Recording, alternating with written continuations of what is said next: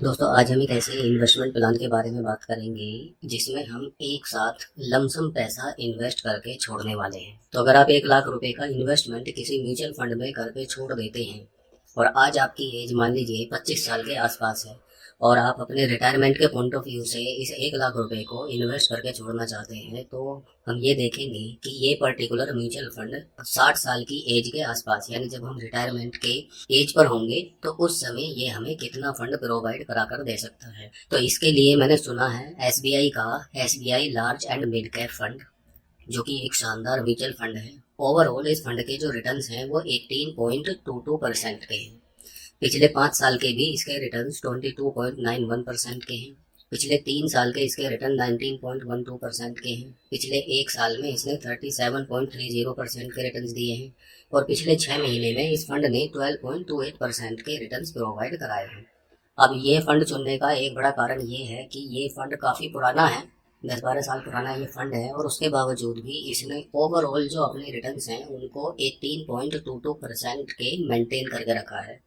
तो आगे आने वाले टाइम में भी ये फंड अगर हमें मान लीजिए यहाँ से 2-2.25% कम हम रिटर्न मानकर चलते हैं, यानी 16% के रिटर्न्स भी प्रोवाइड अगर ये फंड कराकर दे देता है और आप इसके अंदर 1 लाख रुपए का इन्वेस्टमेंट करके छोड़ देते हैं, तो अलग अलग टाइम पीरियड पर वो पैसा कितना हो जाएगा। जैसे अगर हम 5 साल की बात करें तो 5 साल में 16% रिटर्न के हिसाब से हमारा 1 लाख रुपए बढ़कर 2,10,000 रुपये हो जाएगा, क्योंकि इस्टीमेटेड रिटर्न हमें 1,10,000 रुपये के मिल चुके होंगे। दूसरे नंबर पर अगर हम बात करें 10 साल के टाइम पीरियड की, तो हमारा 1 लाख रुपए बढ़कर 4,41,000 रुपये हो जाएगा, क्योंकि 3,41,000 रुपये के हमें एस्टिमेटेड रिटर्न मिल चुके होंगे। ठीक इसी तरह से अगर हम 15 साल के टाइम पीरियड की बात करें तो हमारा 1 लाख रुपए बढ़कर 9,26,000 रुपये हो जाएगा, क्योंकि 8,26,000 रुपये के हमें दोस्तों रिटर्न इसके अंदर से मिल चुके होंगे। अब इसी तरह से अगर मैं 20 साल के टाइम पीरियड की बात करूं तो हमारा 1 लाख रुपए बढ़कर 19,46,000 रुपये हो जाएगा, क्योंकि 18,46,000 रुपये के हमें एस्टिमेटेड रिटर्न मिल चुके होंगे।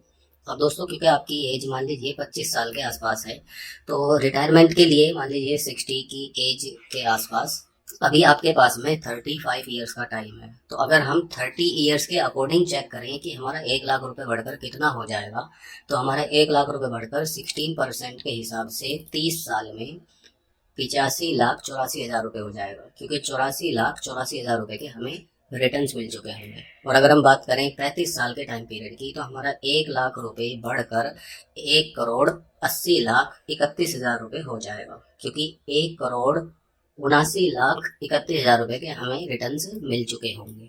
सही है।